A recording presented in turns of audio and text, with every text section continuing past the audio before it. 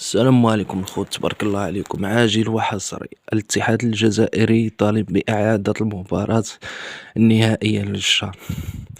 مهزلة اخوتي، والله إلا مهزلة بالله. عرفتي علاش الاتحاد الجزائري كيطالب بإعادة المقابلات النهائية ما بين السنغال والجزائر؟ حيت قال لك اخوتي الحارس ديال المنتخب السنغالي حارس اطول، يعني فيه اكثر من 2 متر. هذا هو علاش، لان كيخالف هذا الحارس، قال لك خالف القوانين ديال الاتحاد الافريقي، حيت هذا الحارس الطول ديالو كيتجاوز الطول المسموح به للحراس. وكما كتشوفوا اخوتي، ضروري نضحكوا شويه، ضروري نفرحوا شويه، ضروري نشطوا شويه مع هاد الكراغيله.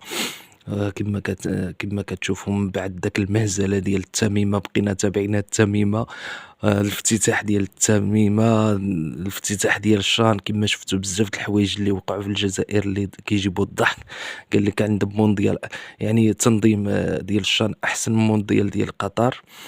تميمة الشان طاح له سروالو، حيت مازال الجزائر عاد كيقلبوا على اللاستيك، مازال ما اكتشفوش اللاستيك لانه هما في عالم اخر.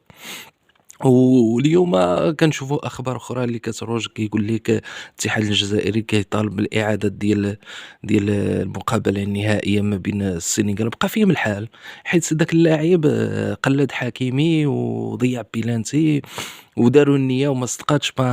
داكشي علاش والله اخوتي، كما كتشوفوا انتم، النيه ما صدقتش. عياو ما يقولوا سير سير سير، ما صدقتش. داروا النيه ما صدقتش.